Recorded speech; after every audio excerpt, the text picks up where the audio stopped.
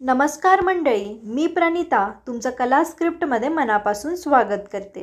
सध्या जुळली गाठगं या मालिकेचा अनोखा क्रेज आपल्याला सर्वत्र बघायला मिळत आहे। नुकत्याच आलेल्या प्रोमोनुसार इरा धैर्यसोबत लग्न करण्याचा निर्णय घेत असते आणि ती तसा बेत आखते आणि तिच्या प्लॅननुसार ती धैर्यसोबत मंदिरात पोहोचते। पुढे तिने सर्व तयारी करून ठेवलेली असते, गुरुजींना देखील बोलावलेलं असतं। पण पुढे धैर्याला एक कॉल येतो आणि तो तिथून पटकन निघून जातो। तो कॉल दामिनीने केलेला असतो। इरा धैर्याला हाक मारत त्याच्या पाठोपाठ जात असते, परंतु धैर्य न थांबता गाडीमध्ये बसतो आणि निघून जातो। इकडे सावीचे रौद्र रूप आपल्याला पाहायला मिळणार आहे। खरं तर भास्कर हा नीताच्या जीवावर उठलेला आहे आणि तो नीताला मारण्याचा प्रयत्न करत आहे हे सावीला समजतं आणि ती पोलिसांना फोन करते। पोलिसांना घेऊन ती घरी येते आणि यांना अटक करा असं सांगते।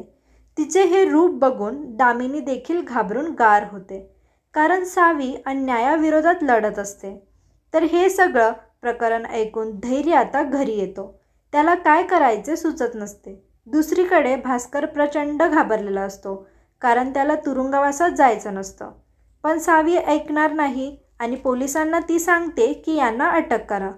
पुढे ते दोघे आणि घरातले सगळे मिळून सावीला समजावण्याचा प्रयत्न करतात।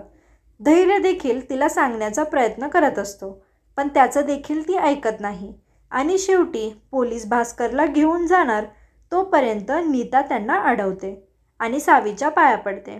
मग शेवटी नीताच्या हट्टाखातर तिला तिने केलेली तक्रार मागे घ्यावी लागते आणि शेवटी भास्कर सुटतो।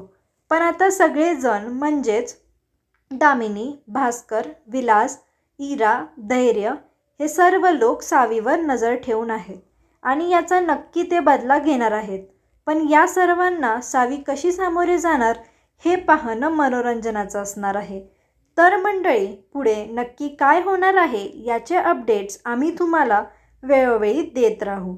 त्यासाठी या चॅनलला सबस्क्राईब करा।